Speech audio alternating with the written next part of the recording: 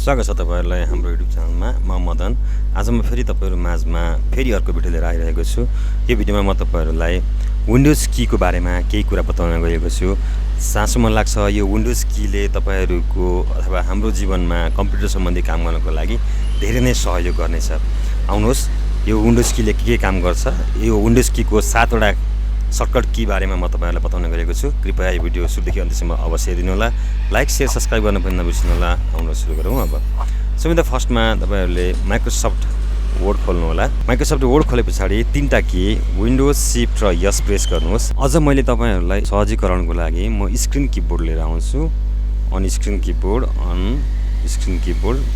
र म यसको सहायताले तपाईहरुलाई यहाँ देखाउने छु।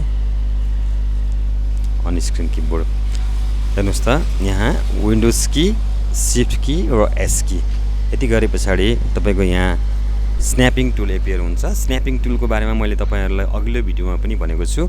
म त्यसको बारेमा डिस्क्रिप्सनमा त्यसको लिंक हजुरलाई दिनेछु। यो स्न्यापिङ टुलले यहाँनेर गएर कुनै पनि कुराहरुलाई पिक्चरको रूपमा स्न्याप गर्ने भयो। यहाँ एपियर हुन्छ। यसलाई मिनिमाइज गर्दै मैले यसरी यहाँ स्न्यापिङ टुल एपियर हुन्छ। र अर्को छ विन्डोज प्लस यच। म फेरि देखाउने छु। विन्डोज प्लस यचले चाहिँ के गर्छ भन्दाखेरि भोइस टाइप गर्ने काम गर्छ। सपोज मानिलिउँ तपाईले माइक्रोसफ्ट वर्ड खोल्नु भएको छ। यहाँ माइक्रोसफ्ट वर्ड छ। यो माइक्रोसफ्ट वर्डमा तपाईले विन्डोज प्लस यच गर्नुभयो भने अब यहाँ it is start to listening the text यसरी यहाँ उस आफैले अटोमेटिकली रूपमा टाइपिङ गर्न सुरु गर्छ। यसको लागि पनि मैले अर्को एउटा भिडियो बनाइसकेको छु। यो भिडियोमा मैले तपाईहरुलाई कसरी इंग्लिश टाइप गर्ने भन्ने कुरा देखाएको थिएँ।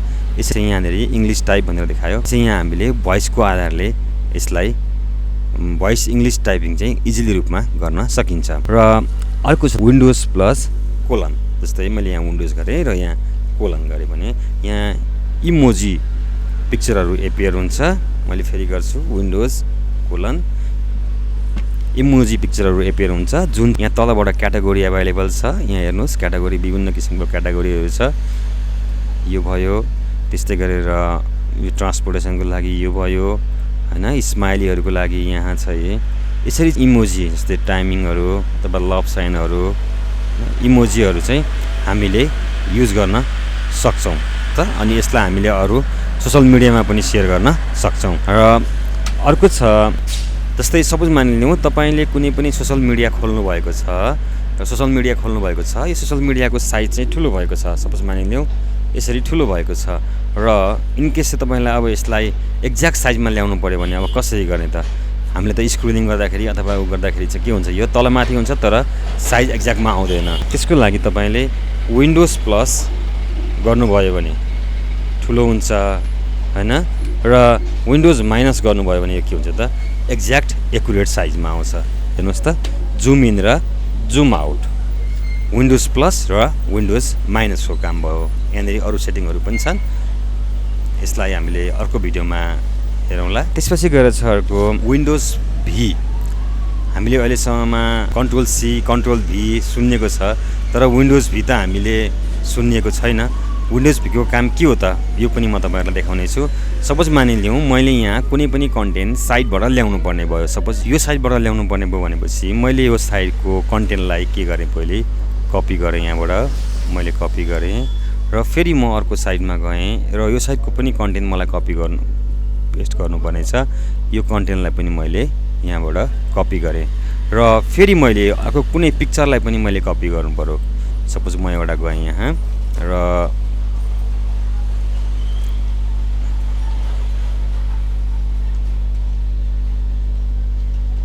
ल्यापटप इमेज भन्यो भने सपोज मलाई यो ल्यापटपको इमेज पनि कपी गर्नुपर्ने भयो।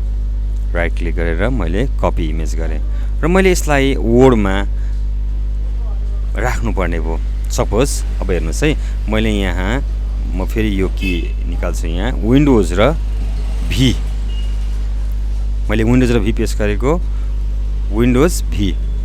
हेर्नुस् त हाम्रो सिरियली वाइज हामीले लास्टमा जुन फाइललाई कपी गर्यौं त्यो फाइल यहाँ एपियर भएको छ। सपोज मैले यसलाई यहाँ क्लिक गरेँ भने ल्यापटपको पिक्चर यहाँ आयो। फेरि सेम त्यस्तै गरेर मैले फेरि विन्डोज भी गरिदिन्छु। अब अर्को कन्टेन्ट यहाँ आयो हैन, र त्यस्तै गरेर मैले यहाँ विन्डोज भी गरेँ भने फेरि अर्को पनि कन्टेन्ट यहाँ आयो। यसरी हामीले मल्टिपल फाइललाई अथवा मल्टिपल कन्टेन्टलाई कपी गरेर पेस्ट गर्न पनि सक्छौं। यो भयो विन्डोज भी को फंक्सन।